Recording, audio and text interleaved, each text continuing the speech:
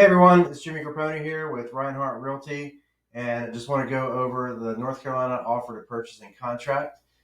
Since right now this recording is August 2021, there's been some updates in it since last year. So let's just go over the highlights real quickly, and so you understand what you're signing as a buyer and what you're receiving as a seller when you see this offer to purchase and contract. So the first page is where we write in the seller's and the buyer's information, property information, the address, all the tax information.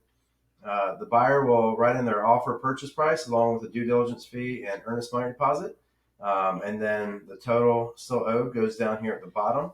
So the due diligence fee is a non-refundable deposit that's paid by the buyer, basically to compensate them for taking their home off the market, to allow them to conduct all their due diligence and research, to apply for their loan, to do inspections, get their appraisal, all that stuff. That's a non-refundable deposit, so the buyer should expect not to get that money back, even if they back out of the purchase of the sale at any time. The earnest money deposit, that money is actually protected until the end of the due diligence period. So if the buyer backs out for any or no reason before the end of due diligence, then the buyer would be entitled to get that earnest money back. But if they back out after the end of the due diligence period, then the seller will get that money back. So the escrow agent, this just defines who is going to hold that earnest money deposit.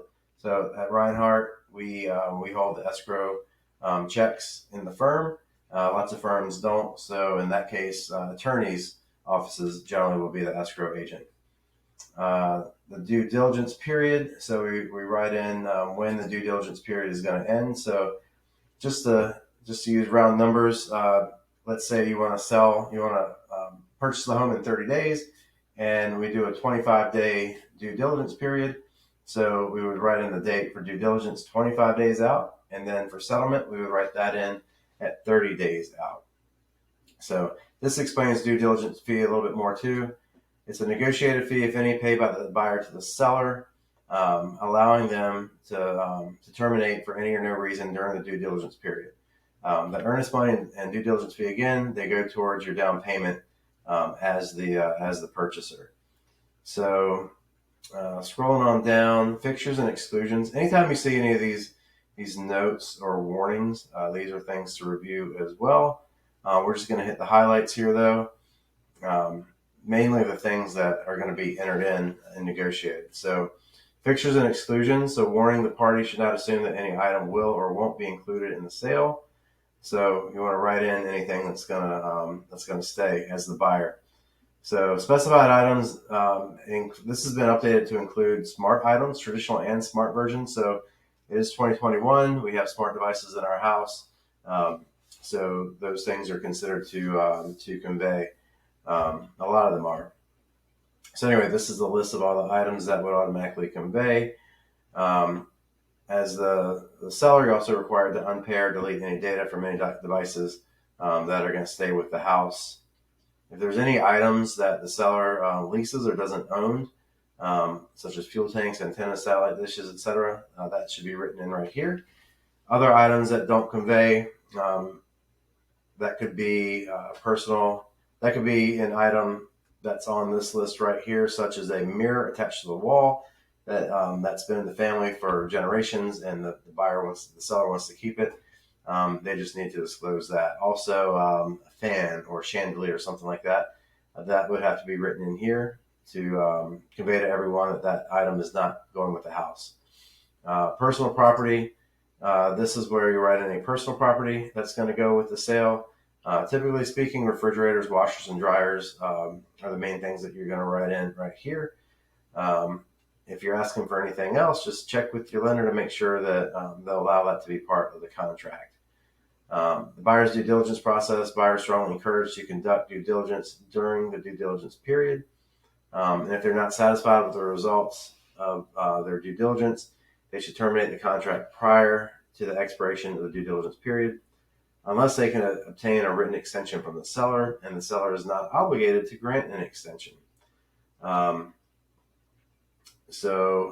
buyer's due diligence process includes getting loan approval, investigating the property, which means inspections, reviewing documents, getting your insurance, homeowner's insurance, having the home appraised. If you're getting a survey, checking out zoning, if making sure the home's not in a flood zone, and if it is, making sure you get flood insurance to cover that.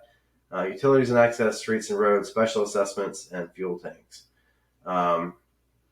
Sale and lease of existing property. So the home, there's no longer any contingent sale addendum or contingent sale provision in the contract. So when you write the contract, you're basically stating, I am going to buy this house. You may need to qualify for a loan, and your loan may be contingent upon you selling the house. But the contract itself is not contingent upon you being able to sell a home. So again, here, buyer due diligence. So repair, improvement negotiations.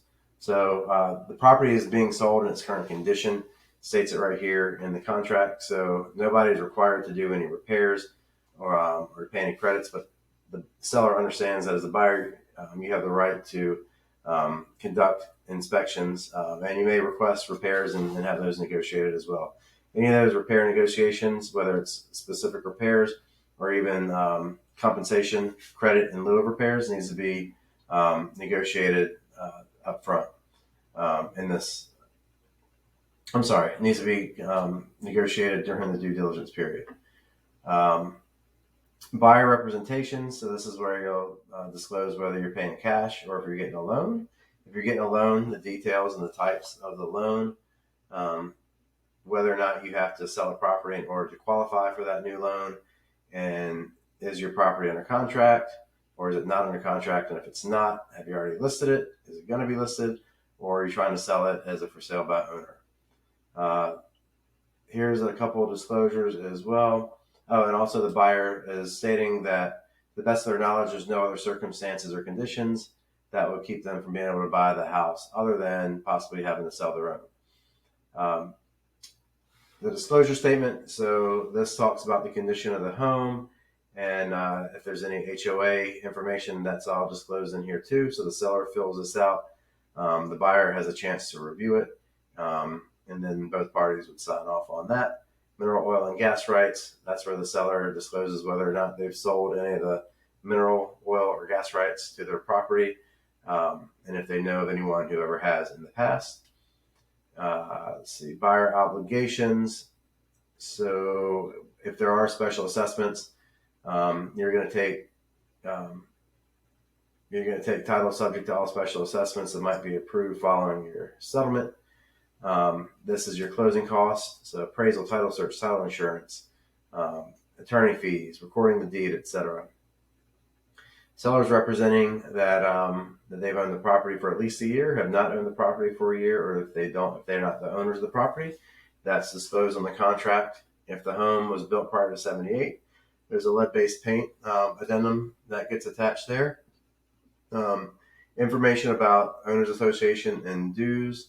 So the seller authorizes the HOA to provide that information to the buyer, the buyer's attorney, all this information right here. This is contact information and how much you're paying per quarter, year, month, however often it's due. And then seller obligations. The big one is seller has to provide clean title. Clean title, payoff statements, and non-foreign status. You have to grant access to the property. Information has to be disclosed to the parties that are attempting to close the property. Have to give access for the buyer to conduct due diligence, verify the satisfactory completion of any negotiated repairs or improvements, and to be able to conduct a final walkthrough. You have to remove your property before you sell, and provide good title and legal access. Pay off all your liens, so you don't owe any money to anyone else in connection with your home, and that's not considering short sales here. So deeds, taxes, and fees. So the deed is going to be made out to the name of the buyer. Agreement to pay buyer expenses. So that if the seller is going to pay any of the buyer's closing costs, we would write that in right here if those are going to be pre-negotiated. Prorations and adjustments. So the attorney is going to to the best of their ability, prorate the cost of any taxes, HOA fees, anything like that, prior, so that both parties are paying their fair share at closing.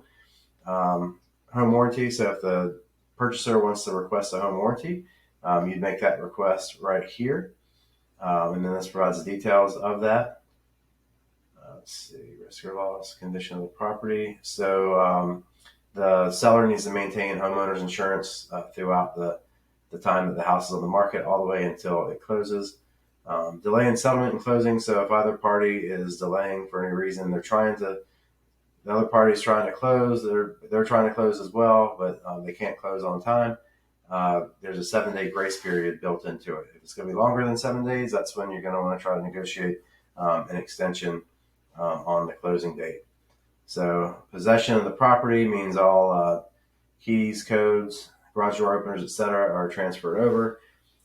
If the buyer is going to move in before closing, or if the seller is staying after closing, or if there's tenants, then that needs to be disclosed right here. If there's any other addenda that's not part of this main contract, we check the boxes here, and then those addenda are attached to and become part of this contract. And then any attorney drafted addenda. So I mentioned earlier, there's no contingency. There used to be a contingent sale addendum. North Carolina's gotten rid of that. So if you wanted to submit your offer with a contingent sale addendum, you'd have to have an attorney draft that for you, and we would write that in right here. Tax deferred exchanges. If there's a tax deferred exchange taking place, and both parties need to cooperate on that. And this talks about remedies for breach of sale by the buyer or the seller. So if the buyer breaches, then the seller is entitled to the earnest money deposit, and obviously they're keeping the due diligence fee as well. And that's considered liquidated damages. That's all they get. Breach by the seller.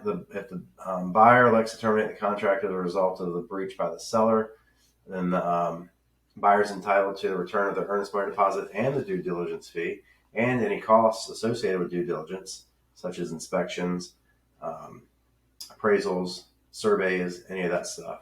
They're entitled to get that money back. And big old red wire fraud warning right here. The buyer said before sending any wire, you should call the closing attorney's office to verify the instructions. To sellers, if your proceeds are going to be wired, it's recommended that you provide wiring instructions at closing in writing in presence of an attorney. It talks about instructions if you can't attend as well. And whether you're a buyer or seller, you should call the closing attorney's office at a number that's independently obtained. So do not rely on a phone number and email from the closing attorney's office, your real estate agent, or anyone else. There's fraudulent emails out there, and that's usually how wire fraud takes place. From my understanding, that's usually people receive an email, think it's legit wiring instructions, and try to complete a wiring and transmission of funds. And then if it's not legitimate, it goes to the bad guys, and there's really no way of getting that money back. So, and this page right here is just information about both parties and the agents, and this is where it's signed the acknowledgement of receipt of due diligence and earnest money. So that is a really quick overview of the North Carolina offer to purchase and contract. If you have any specific questions or want to know more about this, reach out to me directly. I'd be happy to go into more detail with this with you. I always like to sit down with any buyers and sellers that I'm working with prior to getting started. Really, this is the start. My initial buyer or listing consultation. This is a big thing that we go over, especially with buyers. You want to know what you're writing, what contract you're signing, what you're offering, what you're putting out there. And then for sellers, you want to know what you're looking at, what you're accepting. So a contract to purchase is more than just the sales price. It's so many other factors as well. And then obligations of both parties that you need to make sure that you understand. And also, obviously, we're not attorneys. I'm a licensed realtor, but I'm not an attorney. So if you have specific legal questions, those would be best handled or best answered by a real estate attorney. So thanks so much for watching this video. Let me know what you think, and if you have any other questions, if I can help you out in any way, I look forward to doing so. Thanks a lot. Talk to you soon.